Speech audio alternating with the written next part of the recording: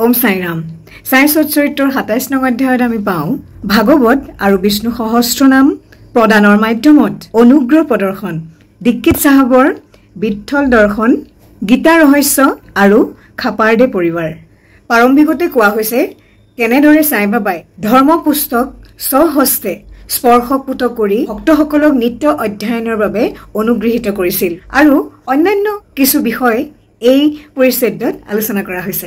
সমুদ্ৰ স্নান কৰিলে হেনো সমগ্ৰ তীৰ্থ স্নান কৰাৰ দৰে পুণ্য অৰ্জন হয়। ঠিক তেনেদৰে সৎগুৰু শৰণাশ্ৰয় গ্ৰহণ কৰিলে ত্ৰিমূৰ্তি অৰ্থাৎ ব্ৰহ্মা বিষ্ণু মহেশ্বৰ পৰম ব্ৰহ্ম পদতলত প্ৰণাম কৰাৰ পুণ্যাৰ্জন হয়। সেই চাই তোমাৰ এই লীলা কাহিনীসমূহৰ প্ৰতি ভক্তবৃন্দৰ শ্ৰদ্ধা আকৰ্ষণ কৰা। চাতক চৰায়ে যেনেকৈ মেঘৰ পানী পান কৰি তৃপ্ত হয়, ঠিক তেনেদৰে শ্ৰোতা আৰু পাঠক দুয়োজনৰে যেন তেনেকুৱা তৃপ্তিৰেই তোমাৰ লীলামৃত পান কৰে। বাবা, তোমাৰ এই লীলা কাহিনী শুনাৰ সময়ত শ্ৰোতা পৰিয়ালবৰ্গ যেন সাত্বিকভাৱে পৰিপূৰ্ণ হয়, অৰ্থাৎ তেওঁলোকৰ দেহৰ পৰা যেন শ্বেতবিন্দু নিৰ্গত হয়, নয়ন অশ্ৰুসিক্ত হয়, মন প্ৰাণ স্থিৰ অচঞ্চল হয়, ঘৃণা বিদ্বেষ উচ্চ নিচ ভেদাভেদ জ্ঞান যেন লোপ পায়।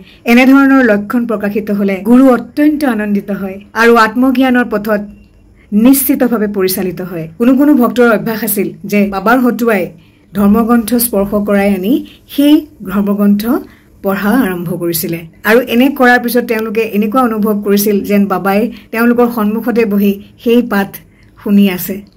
এবাৰ কাকা মহাজনী আহিছিল চিৰদিলে, লগতে এখণ্ড একনাথ ভাগৱত এখন লৈ পেলাই, আৰু সেই একনাথ ভাগৱত লৈয়ে চামা গৈছিল মছজিদলৈ। বাবাই তাকে দেখি গ্ৰন্থখন ললে আৰু চামাক কলে, তুমি সুন্দৰকে এই একনাথ ভাগৱত পঢ়া, তোমাৰ মংগল হব।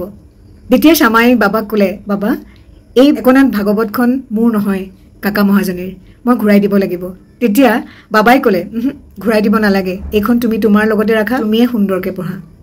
আৰু বাবাই এনেদৰে বহু পুথি চামাক দিছিল আৰু চামাই সুন্দৰকে সেই পুথি সংৰক্ষণো কৰি ৰাখিছিলে। এদিনমানৰ পিছত কাকা মহাজনীয়ে আন এখন ভাগৱত পুথি আনি বাবাৰ হাতত দিলে। তেতিয়া বাবাই পুথিখন হাতত ললে আৰু ধুনীয়াকে প্ৰসাদ হিচাপে কাকা মহাজনীক ঘূৰাই দিলে আৰু কলে, এই পুথিখন তুমি তোমাৰ লগত ৰাখা, সুন্দৰকে পঢ়িবা আৰু তোমাৰ মংগল হব। আমি সকলোৱে জানো চামা আছিল সাই বাবাৰ অন্তৰংগ ভক্ত। এবাৰ বাবাৰ ইচ্ছা হল যে চামাক বিষ্ণু সহস্ৰনাম পুথি প্ৰসাদ হিচাপে দিব আৰু তেখেতক বিশেষভাৱে অনুগৃহীত কৰিবলৈ। কি ধৰণে সেই পুথিখন বাবাই চামাক দিলে তাৰেই সুন্দৰ এটা বিৱৰণ এই অধ্যায়ত আমি পাওঁ।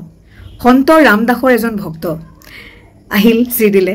তেওঁৰ দৈনিক কৰ্মসূচী আছিল এনেকুৱা যে তেখেত ৰাতিপুৱাই সুন্দৰভাৱে প্ৰাতঃকৰ্ম কৰি গেৰুৱা বসন ধাৰণ কৰি শৰীৰত উদি সানি বিষ্ণু সহস্ৰনাম আৰু আধ্যাত্মৰ ৰামায়ণ পাঠ কৰা।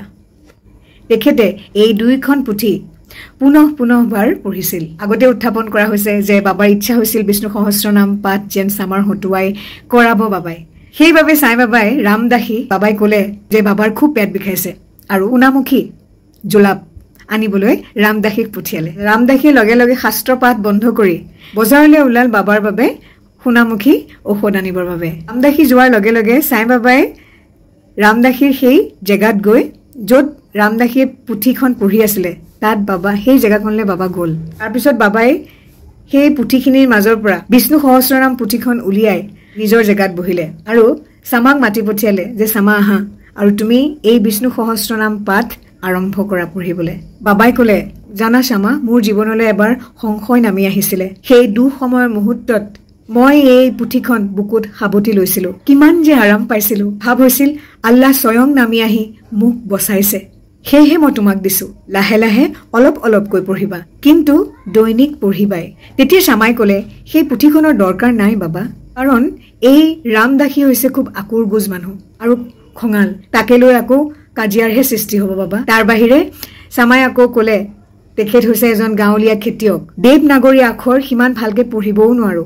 চামাই ভাবিলে নিশ্চয় বাবাই ৰামদাসীৰ লগত তেখেতৰ কাজিয়া লগাবৰ বাবে এইখিনি কৰি আছে, কিন্তু বাবাই বিচাৰিছিল যে সহজ সৰল চামাই যেন এই সহস্ৰ নামৰ মালাডাল যেন পৰিধান কৰি জীৱনৰ দুখ কষ্টৰ পৰা যেন ৰক্ষা পায়। ভগৱানৰ নাম স্মৰণৰ কাৰ্যকাৰিতা সুবিদিত সকলো পাপ আৰু দুষ্ট প্ৰৱণতাৰ পৰা এই নাম স্মৰণে আমাক ৰক্ষা কৰে জন্ম মৃত্যুৰ চক্ৰৰ পৰাও মুক্তি দিয়ে ইয়াতকৈ সহজ সাধনা আৰু নাই আমাৰ মনবোৰক শুদ্ধ কৰাৰ উৎকৃষ্ট উপায়েই হৈছে নাম স্মৰণ ইয়াত কোনো নীতি নিয়ম নাই বিধি নিষেধ নাই ইমান সহজ অথচ কিমান যে ফলদায়ক এই সাধনাকেই সামাই যেন অভ্যাস কৰক বাবাই তাকেই বিচাৰিছিল কিন্তু সামাই ইয়াৰ বাবে আকুল হোৱা নাছিল বাবাই জোৰ কৰি এই সাধনা সামাৰ ওপৰত জাপি দিছিল কথিত আছে একনাথ মহাৰাজেও এদিন এজন দৰিদ্ৰ ব্ৰাহ্মণক এনে ধৰণেৰে এই বিষ্ণু সহস্ৰনাম জপ সাধনা জোৰ কৰি জাপি দি তেওঁক ৰক্ষা কৰিছিল বিষ্ণু সহস্ৰনাম পাঠ আৰু অধ্যয়ন চিত্ত শুদ্ধিৰ বাবে এক অতি সুপ্ৰশস্ত আৰু মুক্ত পথ সেইবাবেই সাই বাবাই তেখেতৰ একনিষ্ঠ ভক্ত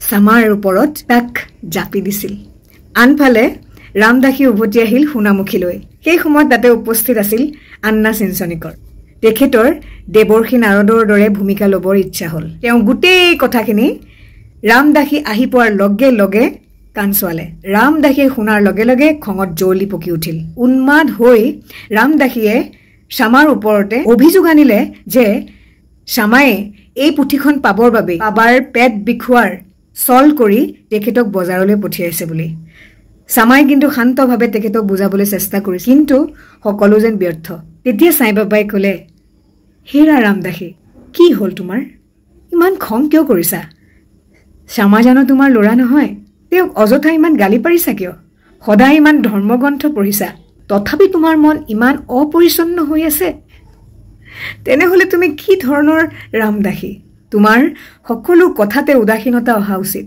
এই পুথিখনৰ ওপৰত তোমাৰ ইমান মোহ থকাটো এটা অদ্ভুত বিষয় নহয়নে সঁচাকৈ যি ৰামদাসী তেখেতৰ কোনো আসক্তি নাথাকে সকলোতে সাম্য ভাৱহে থাকিব তুমি এতিয়া এই সামান্য পুথিখনৰ বাবে তোমাৰ পুত্ৰ সমল সামাৰ লগত কাজিয়া কৰিছা যোৱা সুস্থিৰ হৈ বহাগে পইচা দিলে বহুত পুথি পোৱা যাব কিন্তু মানুহ পোৱা নাযায় ভালকৈ চিন্তা কৰা অলপ সুবিবেচক হোৱা তোমাৰ পুথিৰ দাম কিমান সামাৰ লগত পুথিখনৰ কোনো সম্পৰ্কই নাই মইহে সামাক পুথিখন দিছো পুথিখন তোমাৰ সম্পূৰ্ণ কণ্ঠস্থ আছে মই ভাবিলো সামাৰ পুথিখন পঢ়িলে অলপ উপকাৰ হ'ব সেয়েহে দিলো বাবাৰ সৰল সুমধুৰ এই কথা শুনি ৰামদাসী স্তব্ধ হৈ পৰিল ৰামদাসীয়ে সামাক ক'লে পুথিখনৰ বিপৰীতে সামাৰ পৰা তেখেতে পঞ্চৰত্নী গীতা পঢ়িবলৈ ল'ব সামাই উৎফুল্লিত হৈ ক'লে নিশ্চয়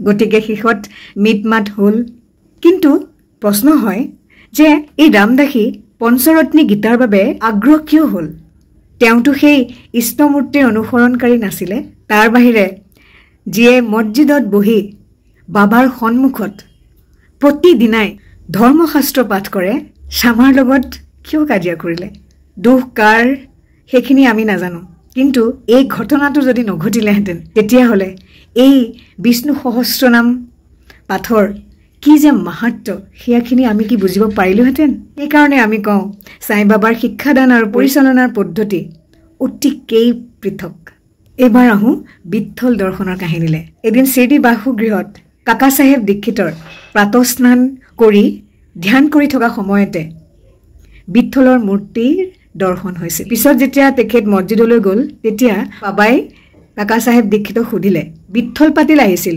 দেখিছিলানে তেওঁ কিন্তু বৰ চলনা কৰে জোৰকৈ তেখেতক ধৰিবা নহ'লে তোমাৰ হাতত সৰু চিঠিখন গোজা মাৰি দি তৎক্ষণাত পলাই যাব তাৰপিছত পান্ধাৰপুৰৰ পৰা এজন ফেৰীৱালা আহিছিলে ছবি বিক্ৰী কৰিবলৈ দীক্ষিত চাহেবে বিস্ময়েৰে লক্ষ্য কৰিলে ধ্যানত তেখেতে যি মূৰ্তি দেখা পাইছিল বহু সেই চেহেৰাটোৱে দেখা পালে তেতিয়া তেওঁৰ বাবাৰ কথা মনত পৰিল আৰু খুব আনন্দিত হ'ল বিঠ্ঠলৰ এখন ছবি কিনি আনি তেখেতে নিজৰ পূজাঘৰত স্থাপন কৰিলে যিসকলে ব্ৰহ্মবিদ্যা বা আধ্যাত্মবিদ্যা অধ্যয়ন কৰে সাই বাবাই তেওঁলোকক খুব ভাল পায় আৰু উৎসাহ যোগায় এবাৰ বাপু চাহেব যোগেলৈ এটা পাৰ্চেল আহিছিল তাৰ ভিতৰত আছিল লোকমান্য তিলকে লিখা গীতা ৰহস্যৰ এটা কপি কিতাপখন কাখলতিৰ চেপতে লৈ মছজিদলৈ ওলাল তেখেত বাবাক আঁঠুকাৰি প্ৰণাম কৰাৰ সময়ত কিতাপখন বাবাৰ শ্ৰীচৰণতে পৰিল বাবাই কিতাপখন হাতত লৈ কেইখিলামান পাত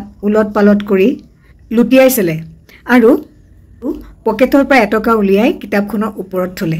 তাৰ পিছত টকাটোৰ সৈতে কিতাপখন বাবাই উভতাই দি ক'লে যে কিতাপখন সুন্দৰকৈ সম্পূৰ্ণকৈ পঢ়িবা, তোমাৰ মংগল হ'ব। এবাৰ দাদা চাহেব খাপাৰদেৰ পৰিয়ালটি কেইমাহমানৰ বাবে আহিছিল চিৰদিত থাকিবলৈ। দাদা চাহেব কিন্তু সাধাৰণ মানুহ নাছিলে। তেখেত আছিল আমৰাৱতীৰ আটাইতকৈ ধনী মানুহ, লগতে আছিল খ্যাতি সম্পন্ন আইনজীৱী আৰু দিল্লীৰ কাউন্সিল অফ ষ্টেটৰ সভ্য আছিল। তীক্ষ্ণ বুদ্ধি সম্পন্ন এই ব্যক্তিজন এজন উচ্চ স্তৰৰ বক্তা হিচাপেও পৰিগণিত হৈছিল। তথাপিও বাবাৰ সন্মুখত মুখ খুলিবলৈ তেখেতে কেতিয়াও সাহস কৰা নাছিল। বহুত ভক্তই বাবাৰ লগত কথা পাতিছিল, কেতিয়াবা যুক্তি তৰ্কও কৰিছিল বাবাৰ লগত, কিন্তু তাৰে তিনিজন লোক সদায় নীৰৱে আছিল। তেওঁলোক হ'ল শ্ৰী খাপাৰদে, শ্ৰী নুলকৰ আৰু শ্ৰী বুটি।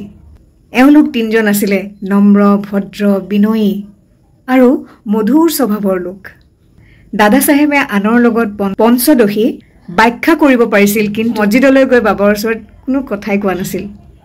সঁচাকৈয়ে যিমানেই পাণ্ডিত্যই নাথাকক, আনকি বেদ শাস্ত্ৰত পাৰদৰ্শিকতা থাকিলেও যাৰ ব্ৰহ্মজ্ঞান হৈছে বা যিসকল ব্ৰহ্মত লীন হৈছে, তেওঁৰ ওচৰত সেই সকলোবোৰে নিষ্প্ৰভ হৈ পৰে। ব্ৰহ্মোপলব্ধিৰ সন্মুখত পাণ্ডিত্য কেতিয়াও অম্লান হৈ থাকিব নোৱাৰে। দাদা চাহেব খাপাৰদে চিৰদিত আছিল 4 মাহৰ বাবে, কিন্তু তেখেতৰ পত্নী শ্ৰীমতী খাপাৰদে আছিল কেৱল 7 দিনৰ বাবে। শ্ৰীমতী খাপাৰদে আছিল নিষ্ঠাৱতী আৰু অতি ভক্তিমতী মহিলা। বাবাই তেখেতক খুব ভাল পাইছিল। প্ৰতিদিনাই দুপৰীয়া নিজ হাতেৰে নৈবেদ্য লৈ আহিছিল মছজিদলৈ। বাবাই আহাৰ গ্ৰহণ কৰাৰ পিছতহে তেখেতে উভতি গৈ নিজৰ আহাৰ গ্ৰহণ কৰিছিল। বাবাই তেখেতৰ এই নিষ্ঠা সকলোকে দেখুৱাব বিচাৰিছিল। এদিন দুপৰীয়া তেখেতে ভাত, তৰকাৰী, পায়স সকলোখিনি সুন্দৰকৈ লৈ আনিছিল বাবাৰ বাবে। বাবাই সাধাৰণতে আহাৰ গ্ৰহণ কৰাত দেৰি কৰে, কিন্তু সেইদিনা বাবাই লৰালৰিকৈ উঠি গৈ ঢাকনি উঠাই সেই আহাৰ গ্ৰহণ কৰিবলৈ আৰম্ভ কৰিলে। চামাই তেতিয়া বাবাক সুধিলে, এই পক্ষপাতিত্বৰ কাৰণেই বা কি বাবা? আপুনি আন কোনোবাই কিবা দিলে আঁতৰাই দিয়ে, কেতিয়াবা কেৰাহীকেও নাচায়, কিন্তু এতিয়া আপুনি ইমান আগ্ৰহেৰে নিজে টানি আনি ইমান সৎ ব্যৱহাৰ কৰিলে কিয়? এই মহিলাগৰাকীৰ ৰন্ধা খাদ্য খুব মিঠা নেকি? সঁচাকৈয়ে বৰ বিচিত্ৰ বিষয়চোন। বাবাই তেতিয়া বুজাই ক'লে, সঁচাকৈয়ে এই ৰন্ধন অসাধাৰণ, অপূৰ্ব। এই মহিলাগৰাকী আগৰ জন্মত এজন বণিকৰ হৃষ্টপুষ্ট দুগ্ধৱতী গাই আছিল। তাৰপিছত অদৃশ্য হৈ জন্ম ল'লে এক মালীৰ ঘৰত। তাৰপিছত এজন ক্ষত্ৰিয়ৰ পৰিয়ালত জন্ম হৈ এজন বণিকক বিয়া কৰালে। তাৰপিছত তেখেতৰ জন্ম হ'ল এই ব্ৰাহ্মণ বংশত। বহু কালৰ পিছত আজি মই তেওঁক দেখিলোঁ। সেয়েহে তেওঁৰ থালৰ পৰা কিছু ভক্তি প্ৰেমৰ সুমিষ্ট মোক গ্ৰহণ কৰিবলৈ দিয়া। হাত মুখ ধুই সুন্দৰকৈ গৈ নিজৰ আসনত বহিলে। মহিলাগৰাকীৰ একনিষ্ঠ সেৱাত সন্তুষ্ট হৈ বাবাই গহীন স্বৰত তেখেতক সদায় ৰাজা ৰাম জপ কৰিবলৈ ক'লে। আৰু বাবাই ক'লে, যদি তুমি তাকে কৰা, তোমাৰ জীৱনৰ উদ্দেশ্য পূৰ্ণ হ'ব, তোমাৰ মনে শান্তি পাব আৰু উপকাৰ হ'ব। গুৰু আৰু শিষ্যৰ মাজত কি ধৰণৰ সম্পৰ্ক থকা উচিত, এই ঘটনাৰ মাজেৰে সেয়াই প্ৰদৰ্শিত হৈছে। অভেদ জ্ঞানেৰে উভয়ে উভয়ক সেৱা কৰিব, ভাল পাব। কোনো প্ৰভেদ পাৰ্থক্য উভয়ৰ মাজত নাথাকে। দুয়োজনেই এক, এজন আনজনৰ অবিহনে জীয়াই থাকিব নোৱাৰে। শিষ্যই যে গুৰুৰ চৰণত শিৰ নত কৰে, সেয়া বাহ্যিক দৃষ্টিতহে দেখা যায়। প্ৰকৃততে দুয়ো এক আৰু অভিন্ন। যিজনে উভয়ৰ মাজত পাৰ্থক্য দেখা পায়, তেওঁলোক এতিয়াও অপৰিণত আৰু ভ্ৰান্ত। ওম সাইৰাম।